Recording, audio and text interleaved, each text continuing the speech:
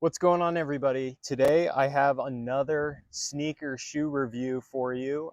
This time I am reviewing the Tiago Lemos New Balance Numeric 808 shoe. It's Tiago's second pro model shoe on New Balance, and it is probably one of the um, I don't want to necessarily say it's the bulkiest skate shoe, but it is that one of the heaviest skate shoes on the market for a low top. And that's because it's loaded with padding and technology, really durable materials, and has some really interesting construction. So I'm going to get into the specifics of this shoe, um, and talk about kind of what I like about it, what I would change, and if you're considering the Tiago 808, you're at least informed with what this shoe is all about. So just some general observations of this shoe before I get into like the specifics of it.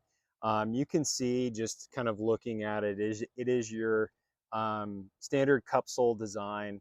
I typically don't really skate vulcanized shoes much anymore just because I need something that has more padding in the midsole. And the nice thing about this particular shoe is it's got the fuel cell foam through the entire midsole. Now there are some shoes like the 440s and a few other cup soles where they only put foam in half of the midsole, the back half. And it does create a little bit of a drop, which means your heel sits higher in the shoe than the ball of your foot. Now that's great for heel padding and protecting you from heel bruises, but I also like the ball of my foot, so this front part padded, and not every shoe on the market, even cup soles, offer padding through the entire shoe.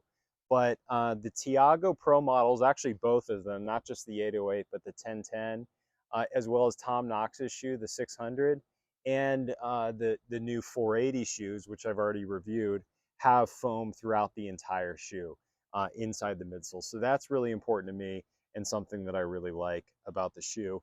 But overall, it's got a ton of padding in it, and it's made from a mix of like suede, um, uh, artificial materials and leather. So it does have a very like tanky, durable feel to it.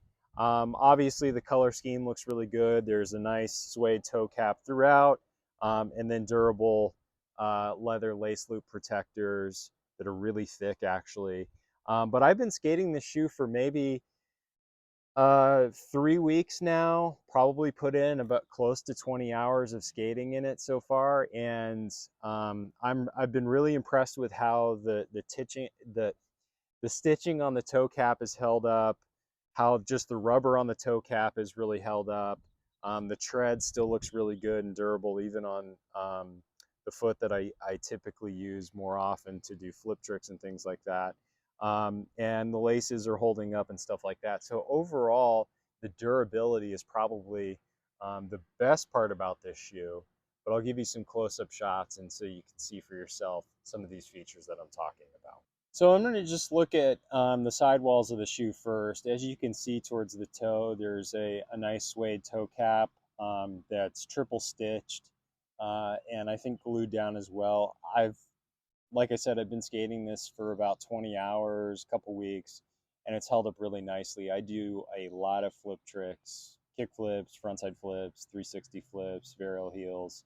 And it does show a little bit of kickflip wear. It's what I tend to do the most, and you can see where the the toe is starting to wear out of the rubber, but overall still looks really good. And heel flips have held up really well. See a little bit of the abrasion towards the collar, but no complaints in that regard so far. And really the rest of the side paneling, um, almost looks brand new at this point, and that doesn't always happen. On the inside collar of the shoe and inside upper, you can see you've got that mix of mesh and leather material as well throughout. And there's kind of your top view of the shoe. Now, getting into a couple of specific features. One, I want to talk about the breathability of the shoe. It is not very breathable. It's got a ton of padding throughout, and even though you see that mesh there, I don't know that it really does a whole lot. So If you're looking for a really breathable shoe, this probably isn't it. There are a few perforations throughout it to give a little bit of air, but not much. So that is one downside of the shoe. I would also say that you can see the laces are already starting to go a little bit. Seems like these lace loops towards the bottom are actually causing it to cut a little bit as opposed to protecting the lace. So maybe that's a feature I would change, but overall it's definitely keeping my foot nice and snug. Towards the bottom of the shoe, you can see you've got this nice tread pattern that's really helping me stay comfortable on my board and grip really well. You know, a lot of people will complain that this shoe feels really thick to them. Honestly, I think that's you know, the whole debate between Volk and cup soles is a bit more of a mental game.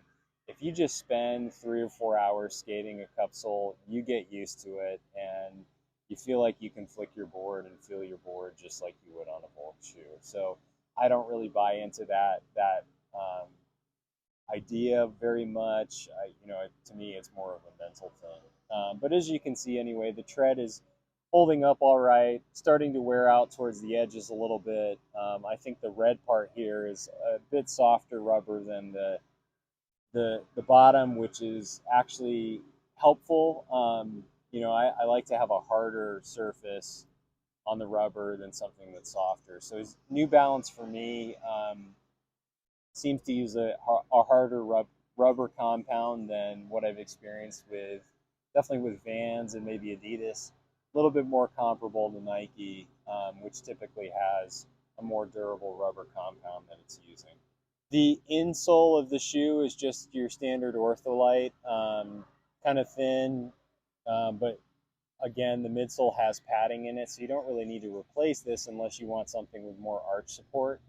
I would just say that I think their Absorb insoles are a bit better than the Ortholite ones, and so I would like to see them use the Absorb technology more often than the Ortholite stuff. I just think it's more comfortable, but overall, no complaints here. But as you can see, it's kind of thin. It's like maybe 3 or 4 millimeters in width, so not much to this one, but that's okay. Just a couple other notes to mention with the shoe, and you can kind of see some of the side-by-side comparisons just in terms of me being a regular-footed skater versus skating goofy-footed. Durability-wise, again, the shoe is absolutely top-notch. Does make your feet feel hugged and snug.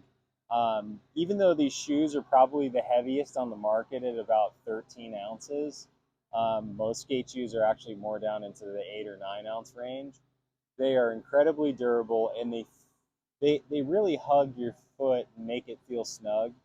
I've been dealing with turf toe over the last couple weeks, and these shoes have really helped me just kind of manage that and protect my feet from injury. So if you're looking for a shoe that's really good from a protection perspective, these are a great choice for that as well. But the main point I want to make is just that these shoes are not as bulky as you would think, and really don't look massive on your feet. And I wear a size 11 and 11 and a half sometimes.